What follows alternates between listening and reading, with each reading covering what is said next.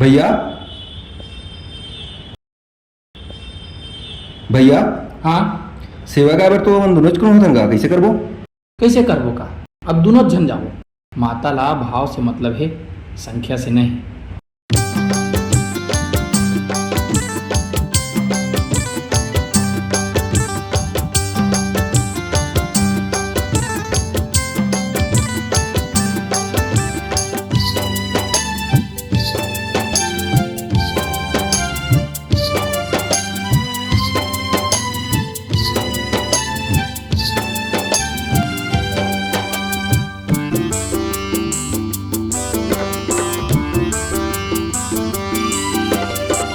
मन दर्पण कर दे मोर दाई,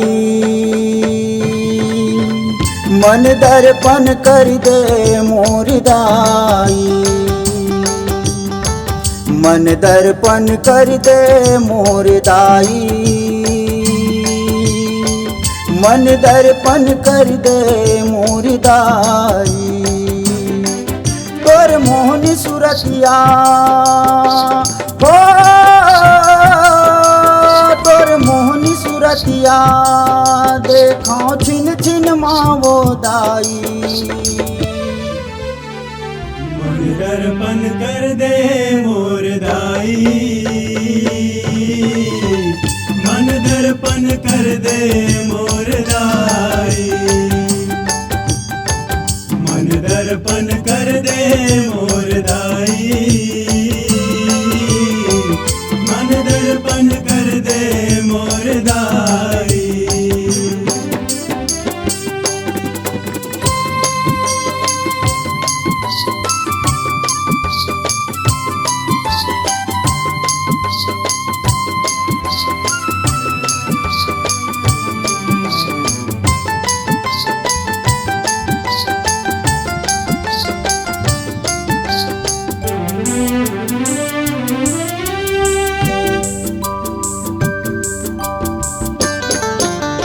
नैन पुत्री के आठ पहर हाडी मजोत जलाई हो, मया बिनौरी तोर भुवन के चौबंद चाक कराई हो।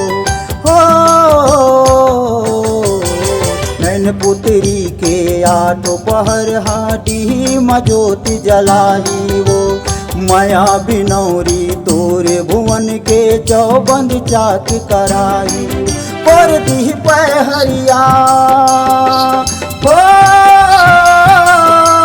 पर दी पहरिया जीव हो ही वो सुखदाई। मन दर्पण कर दे मोर दाई, मन दर्पण कर दे मोर दाई, मन दर्पण कर दे मोर दाई, मन दर्पण कर दे मोर दाई।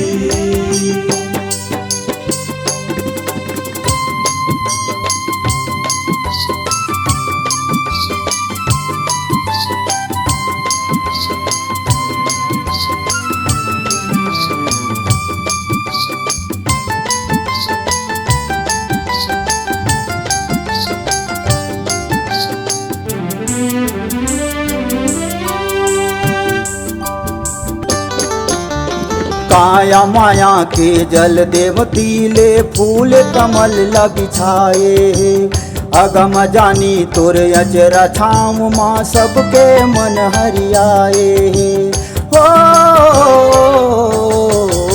काया माया के जल देवती ले फूल कमल बिछाए, अगम जानी तोर अचरा छाम माँ सबके मन हरियाए। सुमंत धरतिया हो, सुमंत धरतिया आके संतोष मूड नवाई। मन दर्पण कर दे मोर दाई, मन दर्पण कर दे मोर दाई, मन दर्पण कर दे मोर दाई, मन दर्पण कर दे मोर दाई। मन दर्पण कर दे मोर